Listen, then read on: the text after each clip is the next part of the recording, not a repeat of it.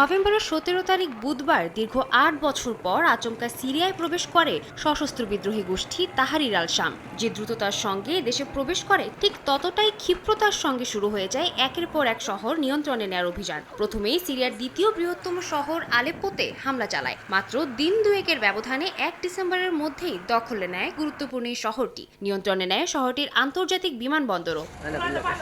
এরপর পা বাড়ায় দেশটির দক্ষিণাঞ্চলের দিকে। ৫ ডিসেম্বরের মধ্যেই দখলে নেয় অঞ্চলটির অন্যতম বৃহত্তম শহর হামা। পরপর দুটি বড় শহরের নিয়ন্ত্রণ হারিয়ে শঙ্কা বাড়তে থাকে আসাদ সরকারের।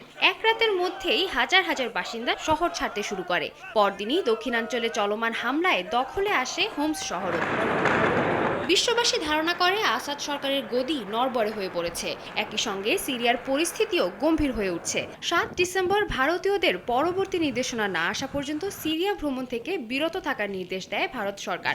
একই দিন দারা শহরের নিয়ন্ত্রণ হারায় আসাদ সরকার। এক সপ্তাহের মধ্যেই আসাদ বাহিনীর প্রতিরোধকে ঠুনকো প্রমাণ করে দিয়ে দেশের ৪টি বড় বড় শহর দখলে নেয়ার পর বিদ্রোহীদের পক্ষ থেকে ঘোষণা আসে তাদের পরবর্তী লক্ষ্য রাজধানী দামেস্ক। এতে টনক নড়ে বাশার আল আসাদ সরকারের। জয়ের রাস্তা বন্ধ হয়ে গেছে বুঝতে পেরে নিজের ২৪ বছরের রাজত্ব ছেড়ে ব্যক্তিগত উড়োজাহাজে সিরিয়া ছাড়েন আসাদ।